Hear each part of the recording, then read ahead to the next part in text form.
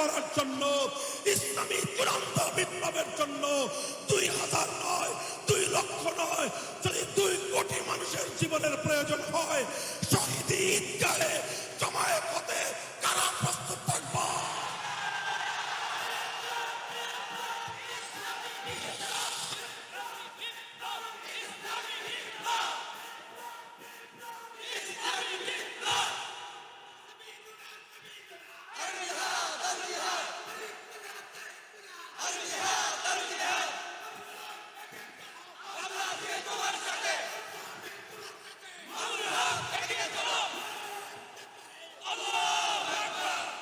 পরিষ্কার কথা, আল্লাযীনা আমানু ইউকাতিলুনা ফি সাবিলিল্লাহ ওয়াল্লাযীনা কাফারু ইউকাতিলুনা ফি সাবিলিত তাগুত।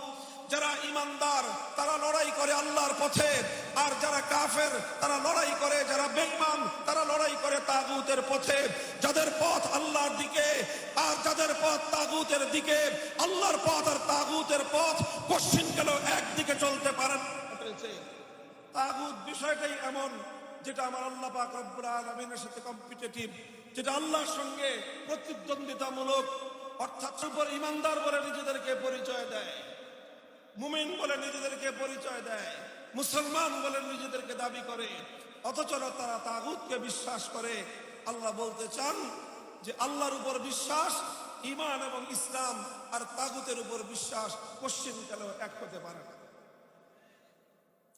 তো এই শব্দটি কাদিমান ওয়া হাদিসান যারাই কোরআনে পাকের তাফসীর নিয়ে আলোচনা করেছেন, তারা সকলে এই শব্দের ব্যাখ্যা করেছেন, তারিফ করেছেন। সাহাবীদের যুগ থেকে নিয়ে অদ্যাবধি যারাই কোরআনের তাফসীর লিখেছেন, তাফসীর করেছেন, করছি, সেটা হলো এই যে আল্লাহ পাক রব্বুল আলামিন, একদিকে আল্লাহ তিনি খালেক, সৃষ্টিকর্তা, এই মহাবিশ্বের জন্য দাবি করা হয়, আর সেই গায়রুল্লাহ যদি তাতে সম্মত থাকে, সেই গায়রুল্লাহকে বলা হয় পূজা করা হয়। তখন দুর্গাকে বলা হয় তাগুত। আল্লাহকে বাদ দিয়ে যখন কালী অথবা সরস্বতীর মতো কোনো দেবদেবতার পূজা করা হয়, তখন সেই দেবদেবতাগুলোকে বলা হয় তাগুত। এক কথায় আল্লাহকে, আল্লাহর জায়গায় ইবাদতের মধ্যে কোনো গায়রুল্লাহকে যখন শরীক করা হয়, সেই গায়রুল্লাহকে বলা হয় তাগুত। এটুক তো বোঝা গেল, তাই না? এটা ইবাদতের কথা বললাম, এটাকেই বলা হয় হতে পারে ইবাদত একমাত্র মালিককে, ইবাদতের উপযুক্ত একমাত্র কে?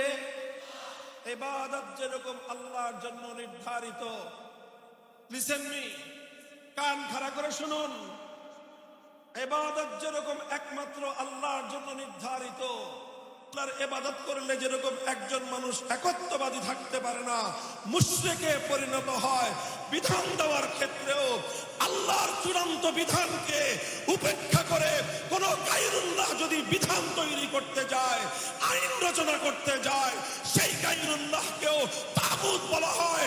সেই গায়রুল্লাহর আইন যারা মানে, এক দুর্গাকে পূজা করে তারা আল্লাহর সঙ্গে শিরক করলো, তাহলে তারা ঈমানদার না বেঈমান? তারা মুসলিম না কাফের? শুধুমাত্র ইবাদতের ক্ষেত্রে আল্লাহর সঙ্গে একজন দুর্গাকে শরীক করে তারা যেরকম ঈমান থেকে খারিজ হয়ে মুশরিকে পরিণত হয়েছে, তাদের পরিচয় যেরকম কাফের, অমুসলিম আর বেঈমান, ঠিক তদ্রূপ আল্লাহর একচ্ছত্র আইন তৈরি করবার ক্ষমতাকে চ্যালেঞ্জ করে যারা আইন তৈরি করবার আল্লাহর জন্য নির্ধারিত এই মসনদকে নিজেদের হাতে তুলে নিতে চায়, আল্লাহর জন্য নির্ধারিত আইন তৈরি করবার, বিধান তৈরি করবার চূড়ান্ত ক্ষমতা যারা নিজেদের হাতে তুলে নিতে চায়, তারা প্রত্যেকে তাগুত। এবং এই তাগুতদেরকে যারা বিশ্বাস করবে, আর কিছু হতে পারে, ঈমানদার হতে পারে।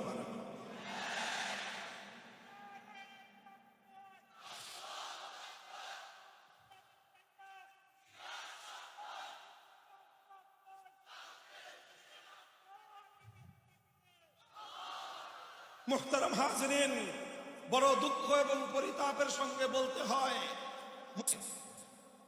অথচ মুসলিম নামধারী মুসলমান পরিচয় ধারণকারী এই মানুষের মধ্যে শত শত নয়, হাজার হাজার নয়, লাখের কোটায় নয়, কোটি কোটি মুসলমান এমন পাওয়া যাবে যারা এক আল্লাহর আইনের পরিবর্তে শত শত তাগুতের বানানো আইনকে তারা বিশ্বাস করে হতে পারে। তাহলে যারা শত শত মানুষের কাছে আল্লাহর জন্য নির্ধারিত আইন তৈরি করবার ক্ষমতা হস্তান্তর করে, তারা হিন্দুদের চেয়ে ছোট মুশরিক হতে পারে না, বরং হিন্দুদের চেয়ে অনেক বড় মুশরিক এবং বেঈমান। মুহতারাম হাজিরিন, আইন এমন একটা ক্ষমতাকে, যেই ক্ষমতাকে কেউ চ্যালেঞ্জ করতে পারে না। আইন তৈরি করবার চূড়ান্ত ক্ষমতা কার? অর্থাৎ আল্লাহ যদি কোনো আইন তৈরি করেন, সেই আইনকে কেউ বাতিল করতে পারবে না। আল্লাহ যদি কোনো আইন তৈরি করেন, আল্লাহর আইনের উপর কেউ প্রশ্ন পরিভাষায় বললাম, এটাকে যদি আমরা রাষ্ট্রবিজ্ঞানের পরিভাষায় বলি, তাহলে এই ক্ষমতাটাকে বলা হয় সার্বভৌম ক্ষমতা, পাওয়ার অফ সভরেইনটি, অর্থাৎ সার্বভৌম চূড়ান্ত ক্ষমতা। বিধান তৈরি করবার ক্ষেত্রে, আইন তৈরি করবার ক্ষেত্রে এই সার্বভৌম ক্ষমতা একত্ববাদকে বিশ্বাস না করে হাসি কাশি পাসি অনেক কিছু হতে পারে, ইমানদার হতে পারে না। এই কথাগুলো আমার বানানো কোনো কথা নয়, এই কথাগুলো কোরআনের পাতায় পাতায়, আল্লাহ নবীর হাদিসের পাতায় পাতায়, তাফসীর এবং হাদিসের ব্যাখ্যা গ্রন্থের পাতায় পাতায় আছে। তবে আমরা এই কথাগুলো বলি না। এই কথাগুলো আমরা দেয়াল ভাঙতে হবে, তাগুতের পরিচয় জাতির সামনে তুলে ধরতে হবে। তাগুতকে উৎখাত করার জন্য একত্ববাদী মুওয়াহিদিনদেরকে, একত্ববাদে বিশ্বাসী ইমানদারদেরকে জোরালো পদক্ষেপ নিতে হবে। আল্লাহর নবীর হাদিস থেকে ছোট্ট একটা উদ্ধৃতি দেই। এই যে এটা যে শিরক, এটা যে আল্লাহ পাক রব্বুল আলামিনের সঙ্গে গায়রুল্লাহকে শিরক করা হয়। হযরত ব্যক্তি ছিলেন, তিনি আল্লাহর নবীর কাছে প্রশ্ন করলেন, ইয়া রাসূলুল্লাহ, কোরআনে পাকের সূরাতুল বারাআর মধ্যে আল্লাহ পাক রব্বুল আলামিন একটা আয়াত নাযিল করেছেন, আর সেই আয়াতের মধ্যে খ্রিস্টানদের সম্পর্কে একটা অভিযোগ করা হয়েছে। কোরআনের এই আয়াতের মধ্যে উত্থাপিত খ্রিস্টানদের বিষয়ে অভিযোগটা আমার কাছে অমূলক, যে নিজেকে রব হিসেবে গ্রহণ করে নিয়েছে। কি হিসেবে? রব হিসেবে গ্রহণ করে নিয়েছে। কাদেরকে? দুই শ্রেণীর মানুষকে। এক শ্রেণীর মানুষ হলো আহবারাহুম, তাদের মধ্যে যারা আলেম, তাদের মধ্যে যারা জ্ঞানী সম্প্রদায় তাদেরকে। আর দ্বিতীয় শ্রেণী হলো রুহবানাহুম, খ্রিস্টানদের মধ্যে যারা পাদ্রী শ্রেণী তাদেরকে। অর্থাৎ তারা তাদের জ্ঞানী সম্প্রদায়কে এবং তাদের পাদ্রী সম্প্রদায়কে, এই দুই সম্প্রদায়কে খ্রিস্টানরা আল্লাহর পরিবর্তে বা আল্লাহর জায়গায় আল্লাহর সমকক্ষ রব হিসেবে গ্রহণ করে নিয়েছে। আদি ইবনে হাতেম বললেন, ইয়া রাসূলুল্লাহ, আমি খ্রিস্টান ছিলাম, খ্রিস্টানদের সব কিছু রীতিনীতি আমার জানা আছে, খ্রিস্টানদের সমস্ত ধর্মীয় বিশ্বাস আমার জানা আছে। আমরা তো কোনোদিন কোন জ্ঞানী ব্যক্তিকে অথবা কোনো পাদ্রীকে আমরা ইবাদত করি নাই, আল্লাহর জায়গায় তাদেরকে তাহলে আমরা রব হিসাবে গ্রহণ করলাম কিভাবে? অথচ কোরআনে পাকের মধ্যে এই অভিযোগটা করা হয়েছে। আমার কাছে এই অভিযোগটা বুঝে আসলো না। রাসূল আকরাম সাল্লাল্লাহু আলাইহি ওয়াসাল্লাম তখন পাল্টা প্রশ্ন ছুড়লেন আদি ইবনে হাতেমের কাছে, আদি, তুমি আমাকে একটা প্রশ্নের জবাব দাও আগে, তারপরে আমি তোমার প্রশ্নের জবাব দিচ্ছি। তুমি বলো দেখি, তোমাদের খ্রিস্টান ধর্মের মধ্যে এমন কোন বিষয় ছিল কিনা, আলাস্তুম হাররামতুম মা হাররামুহু ওয়া আহলালতুম মা আহাল্লুহু, এমন বিষয় ছিল কিনা যে আল্লাহ কোন একটা জিনিসকে বৈধ বলে দিয়েছেন, অথচ তোমাদের জ্ঞানী আর তোমাদের পাদ্রী সম্প্রদায় মিলে সেই জিনিসটাকে আল্লাহর বিধানের বিরুদ্ধে গিয়ে অবৈধ ঘোষণা করে দিত, অথবা উল্টাটা কোন একটা জিনিসকে আল্লাহ অবৈধ এবং বেআইনি করে দিয়েছে, অথচ তোমাদের জ্ঞানী এবং পাদ্রী সম্প্রদায় মিলে সেই অবৈধ বেআইনি জিনিসটাকে তারা সমাজের প্রয়োজনে নিজেদের ইচ্ছায় নিজেদের স্বার্থে তারা সেটাকে বৈধ এবং আইনসম্মত বলে ঘোষণা করে দিত। আর তারা যখন সম্মিলিতভাবে জ্ঞানী আর পাদ্রী সম্প্রদায় মিলে কোনো একটা জিনিসকে বৈধ বলে দিত, তোমরা সাধারণ খ্রিস্টানরা সেটাকে বৈধ বলে গ্রহণ করে নিতে।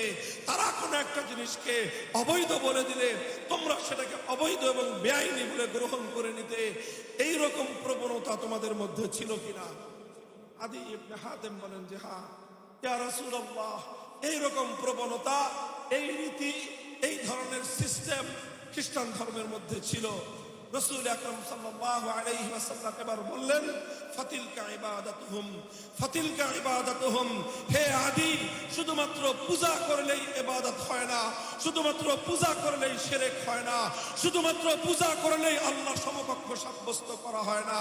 কাউকে পূজা করলে যেরকম শিরক হয়, কাউকে পূজা করলে যেরকম আল্লাহর একত্ববাদের উপর আঘাত করা হয়, ঠিক তদ্রুপ আল্লাহর আইনের বিরুদ্ধে গিয়ে যেই গায়রুল্লাহ কোন বৈধতা এবং অবৈধতা অর্থাৎ বিধান দান করবে, সেই বিধানকে যারা মেনে নিবে তারাও আল্লাহর সঙ্গে তাদেরকে শরীক করলো, তারাও তাদের ইবাদত করলো। পূজা করলে যেরকম একজন মানুষ মুশরিকে পরিণত হয়, গায়রুল্লাহর আইনকে মনে প্রাণে মেনে নিলেও একজন মানুষ মুশরিকে পরিণত হয়।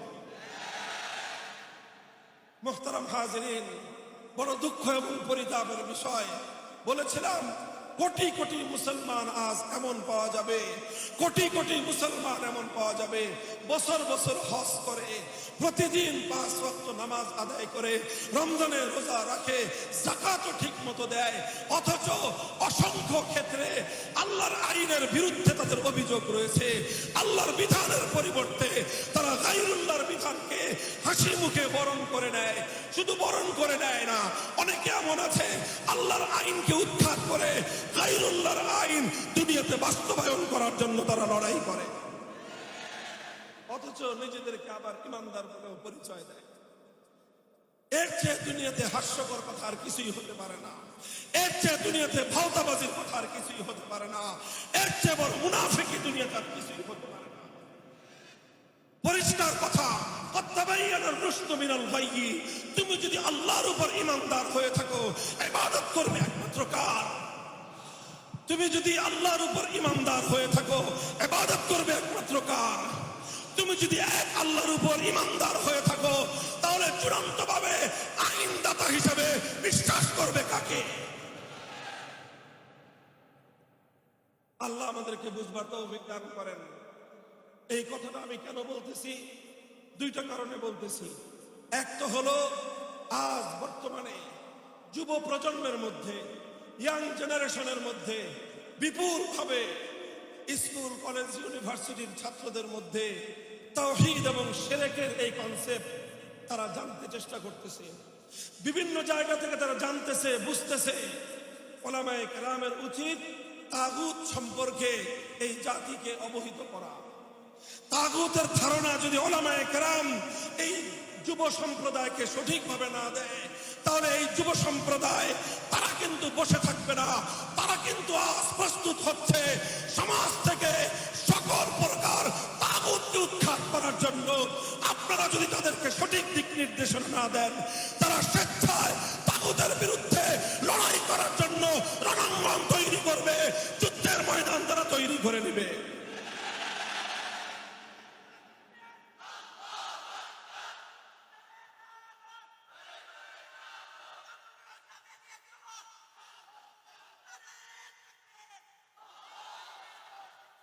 আল্লাহ পাক রব্বুল আলামিন উম্মতের উপর রহম করুন।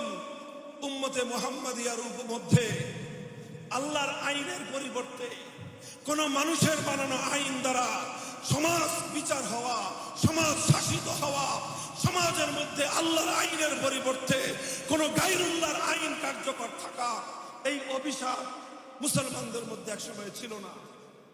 সাহাবীদের যুগে ছিল না, খেলাফতের রাশেদার যুগে ছিল না, খেলাফতে বনু উমাইয়ার যুগে ছিল না, খেলাফতে বনু আব্বাসিয়ার যুগে ছিল না। শেষ পর্যন্ত খেলাফতে বনু আব্বাসিয়ার যুগে মুসলমানদের উপর এক ফিতনা আসে। সেই ফিতনার নাম হলো তাতারি ফিতনা। তাতারিরা, এই মঙ্গোলিয়ানরা মুসলমানদের উপর আগ্রাসন চালায়, বাগদাদকে ধ্বংস করে, মুসলমানদেরকে ব্যাপক হত্যাযজ্ঞ করে বিশাল মুসলিম এলাকা তারা দখল করে নেয়। দখল করেই ক্ষান্ত হয় নাই, সর্বপ্রথম এই তাতারিদের মাধ্যমে মুসলিম জাতির উপর এই অভিশাপ নেমে আসে। তাতারিরা তাদের যে নেতা চেঙ্গিস খান, এই চেঙ্গিস খানের বানানো আইনের একটা বই ছিল, সেই বইটাকে ইতিহাসের পাতায় বলা হয় ইয়াসেট। এই ইয়াসেট নামক চেঙ্গিস খানের রচিত আইন মুসলিম সমাজের মধ্যে তারা কার্যকর করে দেয়। এই মুসলমানদের উপরে এই অভিশাপ আসে। অভিশাপ আসার পর এই ভয়ঙ্কর বিপদ মুসলমানদের উপর চেপে বসবার পর, এই বিপদটা ছিল বাগদাদের বিপর্যয়ের চেয়েও বড় বিপদ। মুসলমানদের লক্ষ লক্ষ মুসলমানকে হত্যা করার চেয়েও মুসলমানদের জন্য বড় বিপদ ছিল আল্লাহর আইনকে উৎখাত করে চেঙ্গিস খানের আইনকে সেই জায়গায় কার্যকর করা। ওলামায়ে উম্মত বসে থাকেন নাই। কঠিন অবস্থায় তারা চেঙ্গিসি এই আইনকে, চেঙ্গিসি এই বিধানকে মোকাবেলা করার জন্য জিহাদের ময়দানে নেমেছেন, রক্ত দিয়েছেন, শাহাদাত বরণ করেছেন, জুলুম নির্যাতন সহ্য করেছেন। মানব রচিত চেঙ্গিসি আইনকে তারা মেনে নেন নাই। এমনকি শাইখুল ইসলাম ইবনে তাইমিয়া রাহমাতুল্লাহি আলাইহি এই তাতারিদের বিরুদ্ধে লড়াই করতে গিয়ে, সংগ্রাম করতে গিয়ে একবার নয়, দুইবার নয়, ছয় বার কারারুদ্ধ হয়েছেন। জীবনের মূল সময়টাকে কারাগারে বন্দী অবস্থায় কাটিয়ে দিয়েছেন। গায়রুল্লাহর আইনকে তারা মেনে নেন নাই। তাদের এই ত্যাগ, তাদের কোরবানি, তাদের আত্মদান, তাদের শাহাদাত, তাদের রক্তের বিনিময়ে একসময় আল্লাহ পাক রব্বুল আলামিন এই অভিশাপকে আবার তুলে নেন। মুসলিম উম্মার মধ্যে আবার মানব রচিত আইন উৎখাত হয়ে আল্লাহর আইনের যুগ ফিরে আসে এবং তাতারিরা ব্যাপকভাবে ধ্বংস হয়। আর অনেক তাতারিরা ইসলাম গ্রহণ করে মুসলমানদের মধ্যে শামিল হয়ে যায় এবং আল্লাহর জমিন থেকে, মুসলিম সমাজ থেকে আল্লাহর আইনকে উৎখাত করে মানব রচিত আইন তৈরি করবার অভিশপ্ত ধারা আবার দূর হয়ে যায়। ইতিহাস বলছি সংক্ষিপ্ত। এভাবে চলতে থাকলো আবার মুসলমানদের যুগ, এভাবেই চলতে থাকলো মুসলিম সমাজ। খেলাফতে ওসমানিয়ার দীর্ঘ সময় পর্যন্ত গোটা মুসলিম বিশ্ব কোথাও গায়রুল্লাহর আইন দ্বারা মুসলমানরা শাসিত হতো না। এরপরে আসলে একটা যুগ, যেই যুগটা হলো পশ্চিমা ইউরোপিয়ানদের সাম্রাজ্যবাদের আগ্রাসনের যুগ। 1757 সালে আমাদের এই পাক ভারত উপমহাদেশ দখল করে নিল ব্রিটিশরা। একই সময়ে, কাছাকাছি সময়ে আরেকটা সাম্রাজ্যবাদী রাষ্ট্র ফ্রান্স দখল করে নিল মুসলমানদের আফ্রিকার বিশাল অঞ্চল। ইতালি দখল করে নিল বিশাল অঞ্চল। এই তিনটা সাম্রাজ্যবাদী শক্তি, ব্রিটিশ, ফ্রান্স আর ইতালি, মুসলিম ভূখণ্ডগুলোকে দখল করে প্রতিটা ভূখণ্ডে তারা যেই কাজ করলো সেটা হলো আল্লাহর আইন উৎখাত করে তারা ব্রিটিশ প্রবর্তিত আইন, সাম্রাজ্যবাদের প্রবর্তিত আইনের দ্বারা দেশ, জাতি এবং রাষ্ট্রকে তারা শাসন করতে আরম্ভ করল। মুহতারাম হাজিরিন, 1757 সালে আমাদের এই পাক ভারত উপমহাদেশে এই অভিশপ্ত ধারা যখন চালু হলো, শাইখুল হযরতে শাহ আব্দুল আজিজ মুহাদ্দিস দেহলভী রাহমাতুল্লাহি আলাইহি সর্বপ্রথম তিনি ফতোয়া দিলেন। তিনি ফতোয়া জারি করলেন যে এই ভারতে মুসলমানদের সংখ্যা যতই থাকুক না কেন, মুসলমানরা যতই নির্বিঘ্নে নামাজ, রোজা, হজ, যাকাত পালন করতে পারুক না কেন, যেহেতু মুসলিম জাতির এই ভূখণ্ড, মুসলিম সমাজ যেহেতু এখন আর আল্লাহর আইনের দ্বারা শাসিত হয় না, সুতরাং এগুলো এখন আর দারুল ইসলাম নেই, এটা দারুল হরব তথা শত্রু কবলিত দেশে পরিণত হয়েছে। শাহ আব্দুল আজিজের ফতোয়া হলো এই, শাহ আব্দুল আজিজ রহমতুল্লাহি আলাইহির ফতোয়ার সার কথা হলো এই, যেই ভূখণ্ড গায়রুল্লাহর আইনের দ্বারা শাসিত হয়, সেই ভূখণ্ডে মুসলমানরা যতই নিরাপদ থাকুক, সেই ভূখণ্ড দারুল ইসলাম হতে পারে না, সেই ভূখণ্ড দারুল হরব।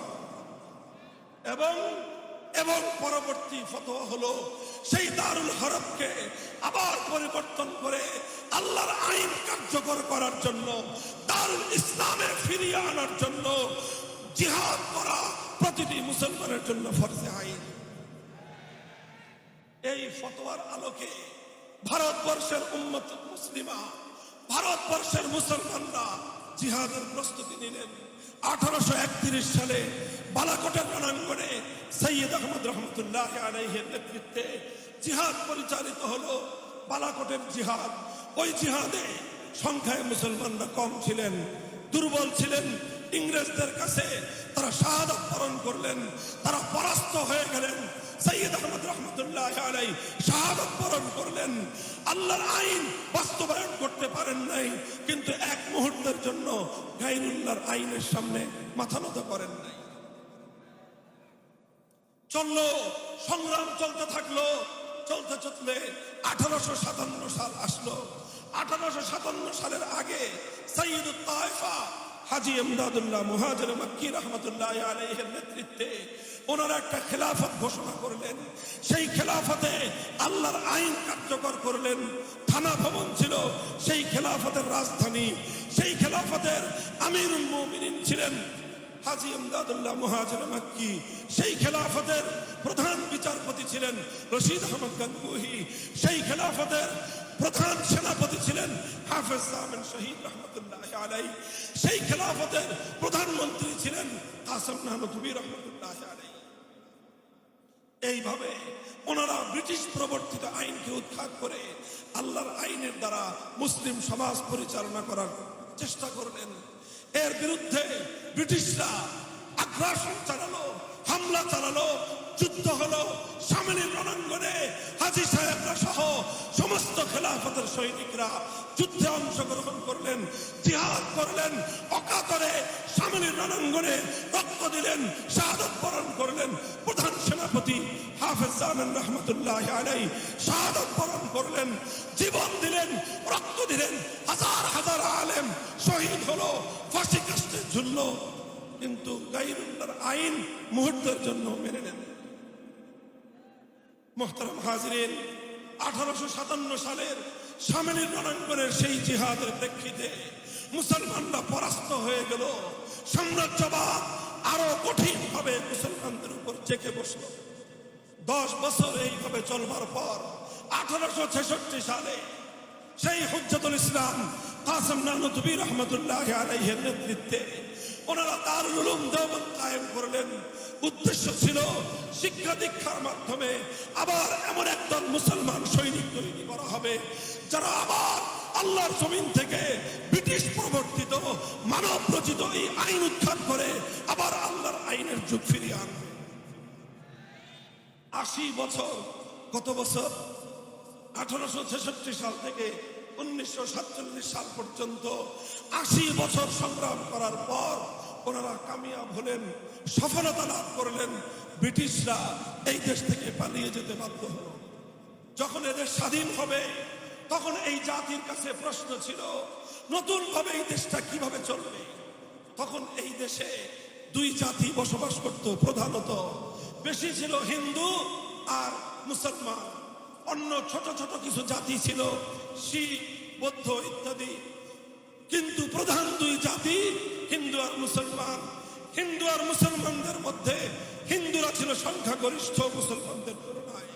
এই জন্য মুসলমানরা চিন্তা করলেন এখন হলো গণতন্ত্রের যুগ, হিন্দু আর মুসলমান যদি একসঙ্গে আমরা রাষ্ট্র গঠন করি, হিন্দুদের সংখ্যাধিক্যের কারণে এই রাষ্ট্রে আমরা আল্লাহর আইন কার্যকর করতে পারবো না। তখন মুসলমানরা চিন্তা করলেন যে এত যুদ্ধ করলাম, এত সংগ্রাম করলাম, এত লড়াই করলাম, এত রক্ত দিলাম, যদি আল্লাহর কোরআনের বিধান কায়েম করতে না পারি তাহলে এই যুদ্ধ করে লাভ হলো কি? এই জন্য তখন তারা সিদ্ধান্ত নিলেন যে আমরা মুসলমানদের জন্য আলাদা একটা ভূখণ্ড তৈরি করব। শুরু হলো পাকিস্তান আন্দোলন। ওলামায়ে কেরাম পাকিস্তান গঠন করার জন্য ঐক্যবদ্ধ হলেন। সেখানে পাকিস্তান উদ্দেশ্য ছিল না, উদ্দেশ্য ছিল সংবিধান হবে আল্লাহর কোরআনের সংবিধান, বিধান হবে আল্লাহর কোরআন অনুযায়ী, আইন চলবে একমাত্র কার। আর সেই বিধান তৈরি করার জন্য, কোরআনী শাসনের সেই রাষ্ট্র গঠন করার জন্য ভারত উপমহাদেশের অনেক মুসলমানরা অনেক ত্যাগ স্বীকার করেছে, অনেক সংগ্রাম করেছে। তবে সবচেয়ে বেশি ত্যাগ যাদের, সবচেয়ে বেশি সংগ্রাম যারা করেছে সেটা হলো এই বাংলার মুসলমান সমাজ। এই বাংলাদেশের আমার আর তোমার পূর্বপুরুষরা কোরআনী শাসন কায়েম করার জন্য সবচেয়ে বেশি ত্যাগ দিয়েছে, সবচেয়ে বেশি কোরবানি করেছে, সবচেয়ে বেশি শাহাদাতের রক্ত দিয়েছে। পশ্চিম পাকিস্তানেরা, পশ্চিম পাকিস্তানি খান পাঠানরা, তারা ইসলামী হুকুমত কায়েম করার জন্য অত ত্যাগ দেয় নাই, অত কোরবানি দেয় নাই, অত চেষ্টা করে নাই এই বাংলার মুসলমানরা যতটা করেছে। এভাবে 1947 সালে একটা রাষ্ট্র হলো, যেই রাষ্ট্রের নাম হলো পাকিস্তান। উদ্দেশ্য ছিল সেই রাষ্ট্রের সংবিধান হবে আল কোরআন।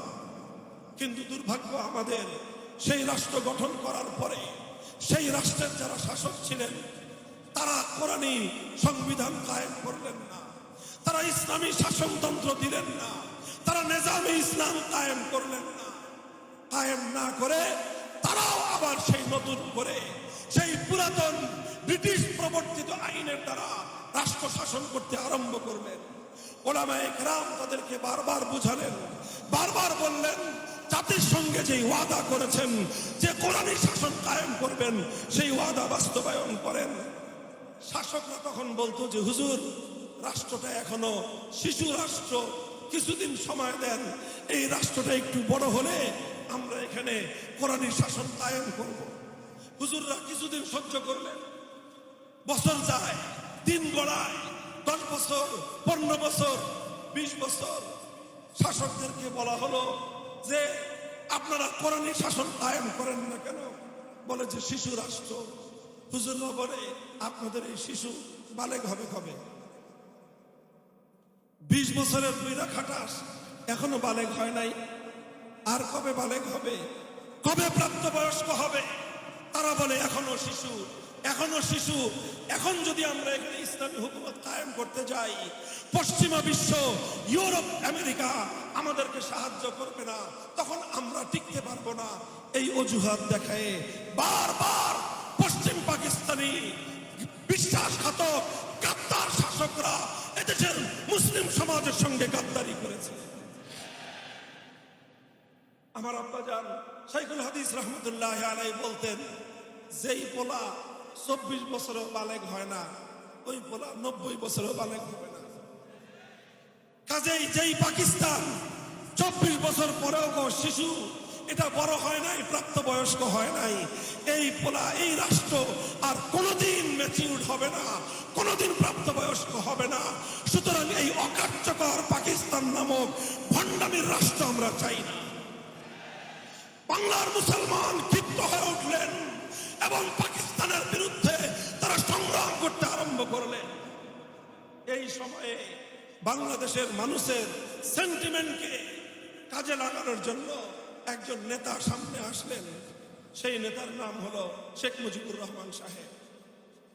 তার জীবনের রাজনৈতিক অনেক লম্বা ইতিহাস আছে।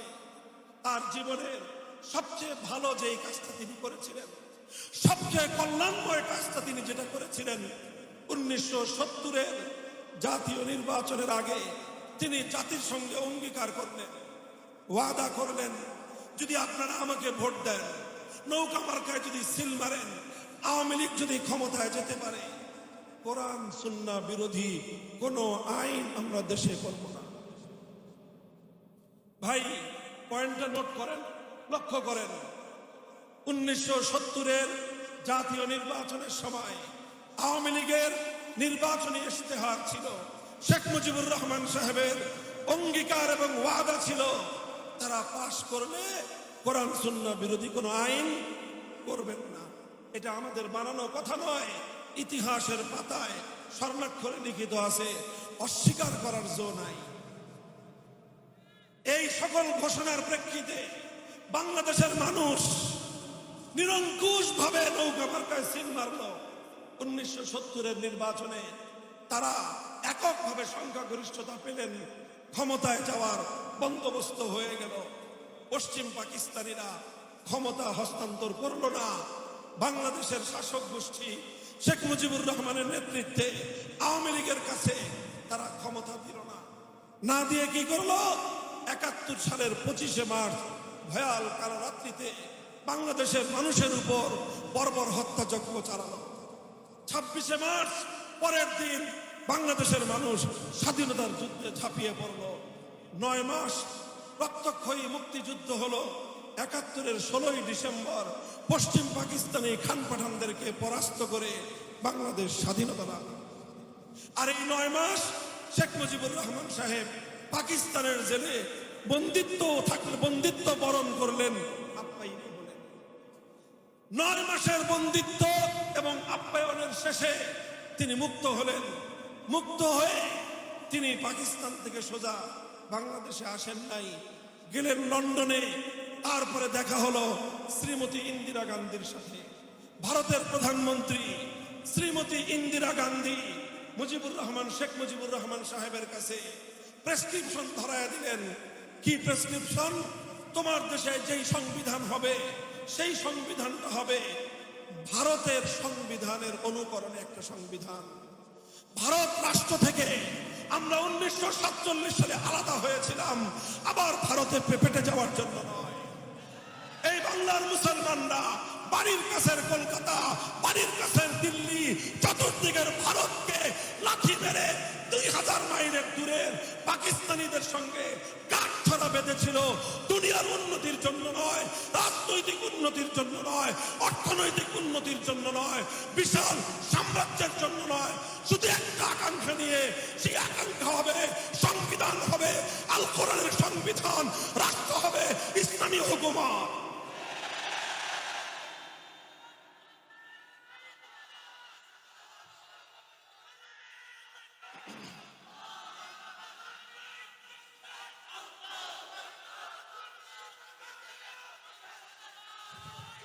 মুহতারাম হাজিরিন, লক্ষ্য করেন, শেখ মুজিবুর রহমান সাহেব 1971-এর স্বাধীনতার কিছুদিন পর মুক্তি পেয়ে তিনি যখন বাংলাদেশে আসলেন, ততদিনে 71 সাল শেষ হয়ে 72 সাল শুরু হয়ে গেছে। 72 সালে তিনি একটা সংবিধান প্রণয়ন করলেন। কিছু মানুষের দ্বারা একটা সংবিধান এই জাতির কাঁধের উপর চাপিয়ে দিলেন। যেই সংবিধানের মধ্যে 4টা মূলনীতি ছিল, সবগুলো মূলনীতি ইসলাম পরিপন্থী মূলনীতি। সেই 4 মূলনীতি ছিল গণতন্ত্র, সমাজতন্ত্র, ধর্মনিরপেক্ষতাবাদ, জাতীয়তাবাদ। এভাবে ধর্মনিরপেক্ষতা নামক একটা কুফরি মতবাদ তিনি জাতির উপর চাপিয়ে দিলেন। আর এই সংবিধান প্রণয়নের মাধ্যমে তিনি 70-এর জাতীয় নির্বাচনের আগে যেই ওয়াদা করেছিলেন, যেই অঙ্গীকার করেছিলেন, সেই ওয়াদা ভঙ্গ করলেন, জাতির সঙ্গে গাদ্দারি করলেন। 72-এর সংবিধান ছিল জাতির সঙ্গে গাদ্দারির সংবিধান। 72-এর সংবিধান ছিল 71-এর মুক্তিযুদ্ধের পরিপন্থী চেতনার সংবিধান। 72-এর সংবিধান ছিল মুসলমানদের 1000 বছরের ইচ্ছা এবং অভিপ্রায়কে পদদলিত করে ভারতের দালাল রাষ্ট্র প্রতিষ্ঠার সংবিধান।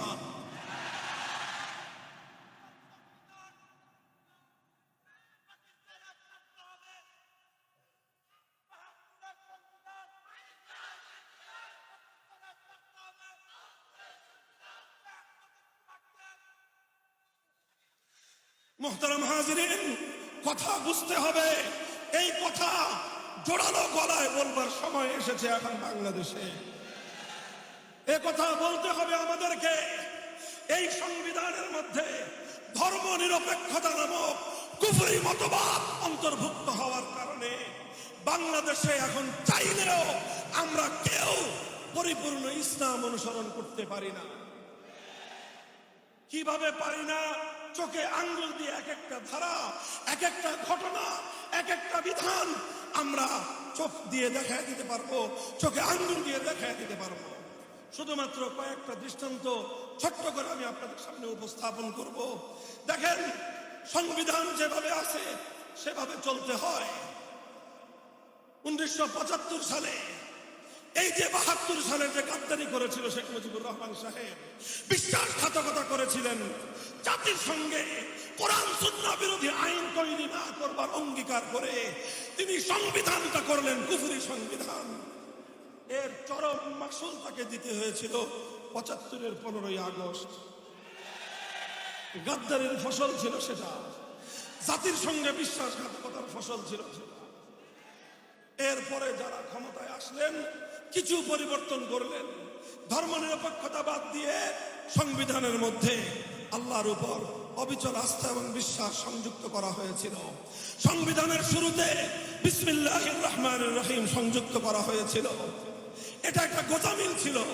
কুফরি কিছু বিধান বাকি রেখেছেন, ইসলামের বিধানকে অন্তর্ভুক্ত করেছেন, কিন্তু ইসলামের বিধানটাকে কখনোই পরিপূর্ণভাবে বাংলাদেশে আর কার্যকর করা হয় নাই।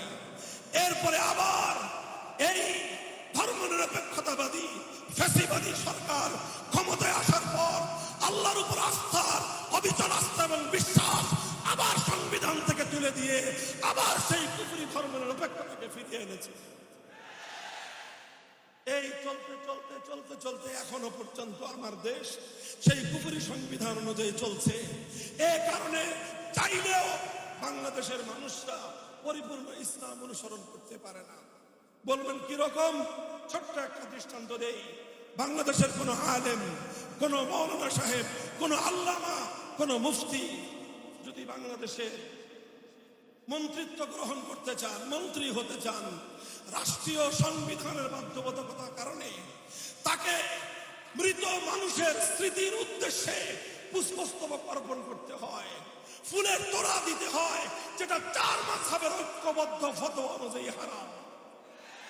এই হারাম কাজ বাধ্যতামূলকভাবে করতে হয়। আরো অনেক কিছু করতে হয়। যেমন ছোট্ট একটা দৃষ্টান্ত দেই। বাংলাদেশে একটা ইসলামী সংগঠন ছিল, ইসলামী শাসনতন্ত্র আন্দোলন। নাম মনে আছে আপনাদের? এটা বাংলাদেশের শীর্ষ উলামায়ে কেরাম শাইখুল হাদিস আল্লামা আজিজুল হক রাহমাতুল্লাহি আলাইহি, পীর সাহেব চরমনাই মরহুম সৈয়দ ফজলুল করিম রহমতুল্লাহি আলাইহি, বাইতুল শরফের পীর সাহেব আব্দুল জব্বার রহমতুল্লাহি আলাইহি, মরহুম আব্দুল গফফার রহমতুল্লাহি আলাইহি, মরহুম হযরত মাওলানা দেলোয়ার হোসেন সাঈদী রহমতুল্লাহি আলাইহিরা মিলে এই ইসলামী শাসনতন্ত্র আন্দোলন গঠন করেছিলেন। কেন? যে আমরা কুফরি সংবিধান, কুফরি শাসনতন্ত্র পরিবর্তন করে ইসলামী শাসনতন্ত্রের দ্বারা দেশ চালাবো। কিন্তু যখন 111 সরকার আসলো, এসে তারা একটা বিধান বাধ্যতামূলক করলো যে বাংলাদেশে রাজনীতি করতে চাইলে নির্বাচন কমিশনের অনুমোদন লাগবে, নিবন্ধন নিতে হবে। ইসলামী শাসনতন্ত্র আন্দোলন নিবন্ধন পাওয়ার জন্য আবেদন করলেন। তখন নির্বাচন কমিশন বলে দিল ইসলামী শাসনতন্ত্রের সংবিধানের সঙ্গে সাংঘর্ষিক, কারণ বাংলাদেশের সংবিধান হলো কুফরি সংবিধান। আপনি এই সংবিধানের আওতায় ইসলামী শাসনতন্ত্র চাইতে পারবেন না। তখন তারা বাধ্য হলেন। তাদের হৃদয়ে রক্তক্ষরণ হয়েছে, চোখের অশ্রু ঝরেছে, একান্ত বাধ্য হয়ে শাসনতন্ত্র শব্দ বাদ দিয়ে তাদেরকে ইসলামী আন্দোলন নামে নিবন্ধন নিতে হয়েছে। এই দুঃখ শুধু ইসলামী আন্দোলনের নেতা কর্মীদের একার নয়, এই দুঃখ বাংলাদেশের 18 কোটি ইমানদারদের হৃদয়ে রক্তক্ষরণ হওয়া উচিত। কিন্তু আমরা জানি না আমাদের দুঃখ থাকবে কোথায়। এর চেয়ে বড় মর্মান্তিক আরেকটা বিষয় শুনেন, লক্ষ্য করেন। বাংলাদেশ জামাতে ইসলামী একটা সংগঠন আছে। এই হক বাতিলের আলোচনা অন্য বিষয়। বাংলাদেশ জামাতে ইসলামীর নিবন্ধন বাংলাদেশের সর্বোচ্চ আদালত হাইকোর্ট বাতিল করে দিয়েছিল। জানেন কেন বাতিল করেছিল? কেন? 71-এর ভূমিকার কারণে না। কেন? তারা সাহাবায়ে কেরামকে মেয়ারে হক মানে না এই জন্য না। কেন? তারা আম্বিয়ায়ে কেরামের ইসমতে বিশ্বাস করে না এই জন্য না। এই সকল কারণে না। তাদের নিবন্ধন বাতিল করা হয়েছিল শুধুমাত্র এই কারণে, কারণ তাদের গঠনতন্ত্র এবং দলীয় সংবিধানে এক আল্লাহর সার্বভৌমত্বের কথা বলা হয়েছে। অর্থাৎ তাদের সংবিধানের মধ্যে শুধু তাওহীদের কথা ছিল। এজন্য নির্বাচন কমিশন নয়, স্বয়ং সর্বোচ্চ আদালত হাইকোর্ট বলল বাংলাদেশ শিরকের রাষ্ট্র, এদেশে তাওহীদ চলবে না। মুসলমান, তোমরা নাকে তেল দিয়ে ঘুমাও, তোমরা নাকে তেল দিয়ে ঘুমাও। এই ভূখণ্ড যেখানে হাজী শরীয়তুল্লাহ ফরাজি আন্দোলনের জন্য রক্ত দিয়েছিলেন, মুসলমানদের মধ্যে ফরজ বিধান যেন রক্ষা পায়, এই জন্য তারা জিহাদ করেছিলেন। আর ফরজ বিধান তো দূরের কথা, এখন বাংলাদেশে একত্ববাদ বিশ্বাস করা যাবে না যদি এই সংবিধান মানা হয়। কোন জায়গায় আছি আমরা? বলবেন হুজুর তাহলে আপনার বক্তব্য কি? আমার বক্তব্য শেষ। আমি এই জায়গাটায় সকলের দৃষ্টি আকর্ষণ করে ওলামায়ে কেরামের পক্ষ থেকে প্রতিনিধি হিসেবে একটা কথা বলতে চাই। আমার মুরব্বী সমতুল্য আল্লামা নুরুল হক সাহেব হুজুর সহ মুরব্বীরা এখানে আছেন। আমার কথা যদি ভুল হয় আপনারা সকলের সামনে শুধরে দিবেন। আমার কথার সাথে যদি আপনাদের দ্বিমত থাকে আপনারা বলে দিবেন। আর যদি কিছু না বলেন ধরে নিব যে এটাই বাংলাদেশের আলেম সমাজের বক্তব্য। পরিষ্কার? আমি বলতে চাই এখন বাংলাদেশের সবচেয়ে আলোচিত বিষয় হলো সংবিধান সংস্কার। সংবিধান সংস্কারের জন্য আমাদের আলেম ওলামাদের মধ্যে কাউকে কাউকে তারা পরামর্শের জন্য ডেকেছেন। হয়তো আমাদের সুযোগ আসবে কথা বলার। টেবিলে আমরা কিছু বলবো, কিছু গবেষণাপত্র দাখিল করব, অনেক লম্বা লম্বা বক্তব্য সহ সংবিধান সংস্কারের অনেক প্রস্তাব দিব। সেগুলো সব আপন জায়গায় ঠিক আছে, কিন্তু একটা কথা শুধু টেবিলে বদ্ধ ঘরে বলবো না, বাংলার আকাশ বাতাস প্রকম্পিত করে একটা কথা বলতে চাই।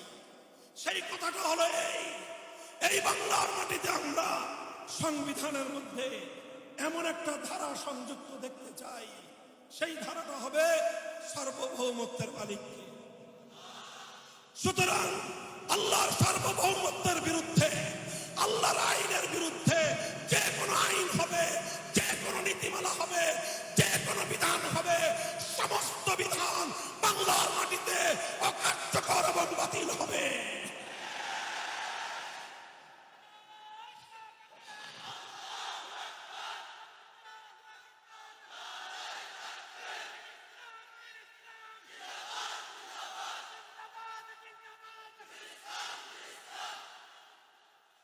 কাজেই এটা আমাদের আবদার নয়, এটা আমাদের আবদার নয়, এটা আমাদের হৃদয়ের রক্ত দিয়ে লেখা দাবি।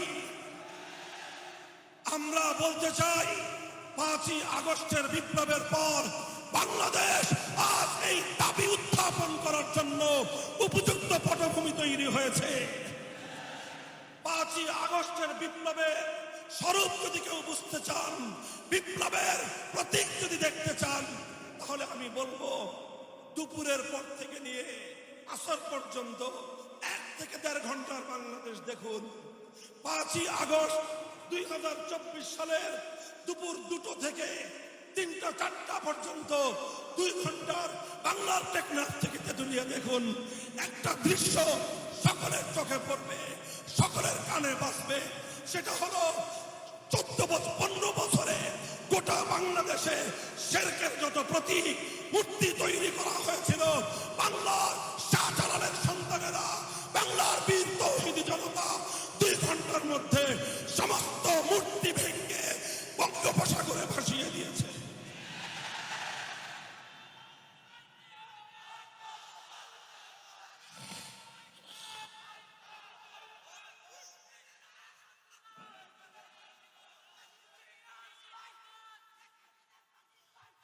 অর্থাৎ কি বললাম?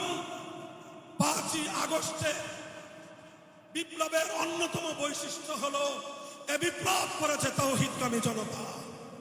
এ বিপ্লব ছিল শিরকের বিরুদ্ধে এক বিপ্লব। কাজেই এটা পূর্ণাঙ্গ ইসলামী বিপ্লব বলতে চাচ্ছি না, তবে অবশ্যই এতটুকু বলবো, এ বিপ্লব ইসলামী বিপ্লব না হলেও এ বিপ্লব ইসলামী বিপ্লবের পূর্বাভাস। সূর্য উদয়ের কিছুক্ষণ পূর্বে যেরকম সুবহে সাদেকের উদয় ঘটে, সুবহে সাদেকের আলো দিয়ে বোঝা যায় সূর্যের উদয় অতি সন্নিকটে। 5ই আগস্টের বিপ্লব বাংলার প্রতিটি মানুষকে চোখে আঙ্গুল দিয়ে দেখিয়ে দিয়েছে এদেশের মানুষ ইসলামী বিপ্লবের জন্য প্রস্তুতি নিচ্ছে। শুধু কওমি মাদ্রাসার ছাত্ররা নয়, যারা কওমি মাদ্রাসাকে জঙ্গি উৎপাদনের প্রজনন কেন্দ্র বলতেন, দিন ভুলে যান। তাওহীদের সৈনিক শুধু কওমি মাদ্রাসায় নয়, প্রতিটি বিশ্ববিদ্যালয় তৈরি হচ্ছে, প্রতিটি কলেজে কলেজে তৈরি হচ্ছে। ওরা তাওহীদের জন্য জীবন দেওয়ার জন্য প্রস্তুত হচ্ছে। ইনশাআল্লাহ আমরা এজন্য শান্তিপ্রিয় ভাবে বলছি, দাবি উত্থাপন করছি যে আল্লাহর আইনের বিরুদ্ধে, কোরআন সুন্নাহর আইনের বিরুদ্ধে বাংলাদেশে কোনো আইন, কোনো নীতিমালা কার্যকর হবে না। এই ব্যবস্থা নতুন প্রবর্তিত সংবিধানে অন্তর্ভুক্ত থাকতে হবে। কেউ যদি বলেন যে হুজুর যদি না করে তাহলে কি করবেন? যদি এবার ইসলামের এই অপ্রতিরোধ্য, ইসলামের অনিবার্য এই দাবি যদি পূরণ না হয়, যদি কোরআন সুন্নাহ বিরোধী আইন বাতিল হওয়ার কোন ধারা যদি বাংলাদেশের ৯০% মুসলমানদের এদেশের সংবিধানে যদি কার্যকর না হয়, আক্ষরিক অর্থেই যুদ্ধে যাব, যুদ্ধে যাব, যুদ্ধে যাব।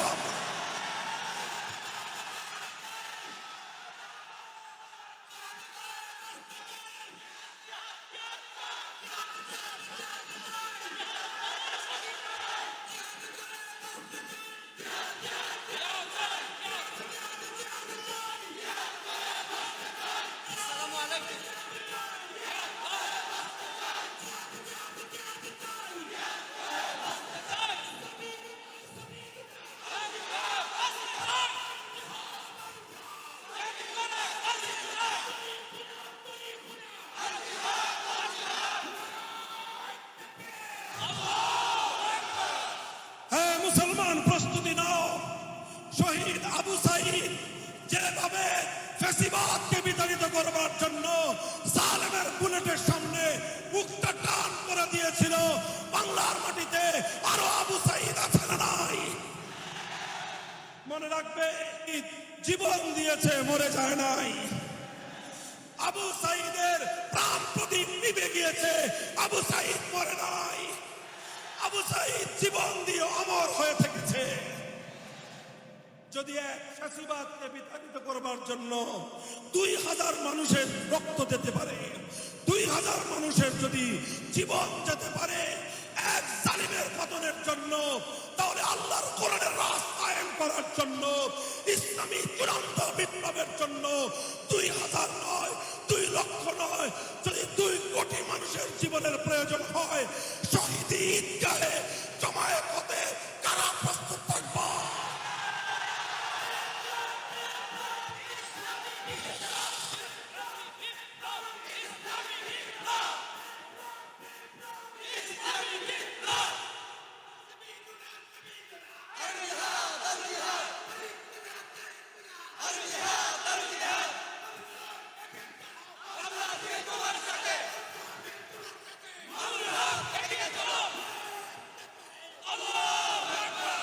আমরা আমাদের কথা যথা সময়ে বলে রাখলাম।